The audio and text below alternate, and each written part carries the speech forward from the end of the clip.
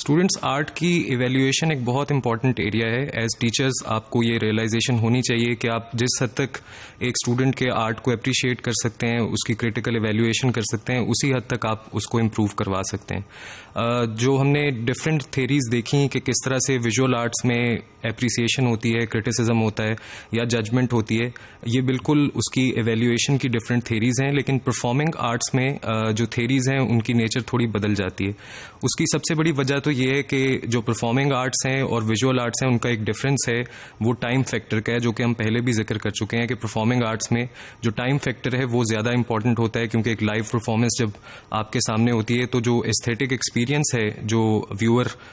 Experience करता है वो ग्रेजुअली बिल्ड होता है वक्त के साथ साथ। विजुअल आर्ट्स में भी वक्त लगता है। आप एक पेंटिंग को जब देखते हैं तो आप 1 से 2 मिनट ले सकते हैं उसकी कॉम्पोजिशन को एनालाइज करने के लिए, लेकिन परफॉर्मिंग आर्ट्स में जो टाइम फैक्टर है वो आर्टिस्ट के इख्तियार में होता है। एक परफॉर्मेंस जिस पेस पे डेवलप होगी वो आर्टिस्ट का इख्तियार होता है, इसलिए जो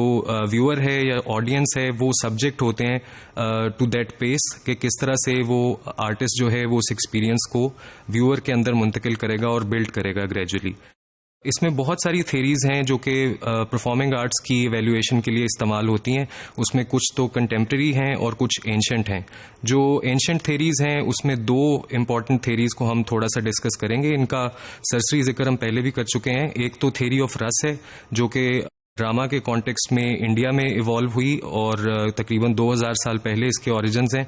और इस थेरी का बेसिक जो प्रेमिस था वो ये था कि जिस वक्त एक परफॉर्मेंस होती है तो जो स्पेक्टेटर है वो एक एस्थेटिक एक्सपीरियंस उसके अंदर क्रिएट होता है, और वो एस्थेटिक एक्सपीरियंस इस तरह का होता है कि वो एक हाइटेंड स्टेट में उसको ले जाता है, जिसमें वो अपनी ऑर्डिनरी लाइफ से थोड़ी देर के लिए कट ऑफ हो जाता है। जिस तरह आप स्क्रीन पे देख सकते हैं इसमें डिफरेंट प्राइमरी इमोशंस को हाईलाइट किया गया है। ये थेरी ऑफ रस में एक इम्पॉर्टेंट कंट्रीब्यूशन था कि जो डिस्टिंग्विश किया गया डिफरेंट मूड्स के अंदर, जिस तरह लव है, फियर है, डिस्गस्ट का इमोशन है। तो जो भरत था नटशास्त्र में जिसने ये थेरी प्रपोज की थी, उसने इन 9 डिफरेंट प्राइमरी इमोशंस को हाईलाइट किया कि एक आर्टिस्ट जो है वो इन इमोशंस को इवोक कर सकता है ऑडियंस के अंदर और इन पर बेस्ड एक एस्थेटिक एक्सपीरियंस बिल्ड किया जा सकता है। इसी तरह एक थेरी जो हमें मिलती है वो कथारसिस की है, जो कि ग्रीक ओरिजिन्स की थेरी है, और इसके अंदर जो कॉन्सेप्ट है वो सेल्फ प्योरिफिकेशन का है कि जो व्यूअर होता है वो किसी स्टेज परफॉर्मेंस में, ड्रामा में जब ट्रेजेडी को एक्सपीरियंस करता है तो वो एक सेल्फ प्योरिफिकेशन के प्रोसेस से गुजरता है। उसकी रीजन ये होती है कि जो उसकी अपनी रोजमर्रा जिंदगी में जो ट्रेजेडीज वो एक्सपीरियंस करता है और स्टेज पे जब वो एक ट्रेजेडी को एक्सपीरियंस करता है तो उसमें एक डिफरेंस होता है। स्टेज पे अमूमन जो ड्रामा के अंदर स्टोरी दिखाई जाती है उसके अंदर एक कैरेक्टर जो कि उससे बहुत ज्यादा पावरफुल दिखाया जाता है, वो जब एक बहुत बड़ी मुसीबत में गिरफ्तार होता है तो वो एक्ट इटसेल्फ जो व्यूअर है उसको रिफ्लेक्ट करने पे मजबूर करता है कि वो अपनी ट्रेजेडी को उस स्टेज की ट्रेजेडी के साथ रिलेट कर सके, और जिसके नतीजे में फिर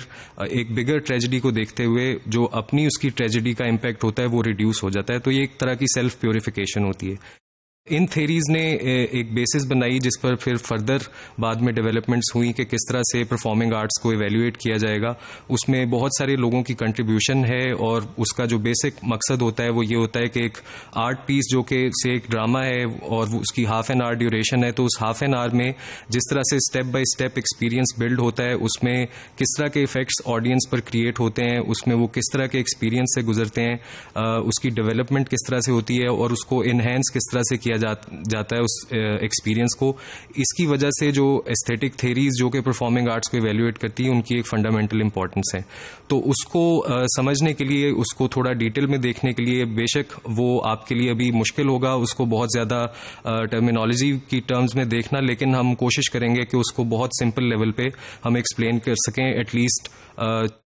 कुछ जो एग्जिस्टिंग कंटेम्प्रेरी थेरीज हैं उनको हम देख सकें।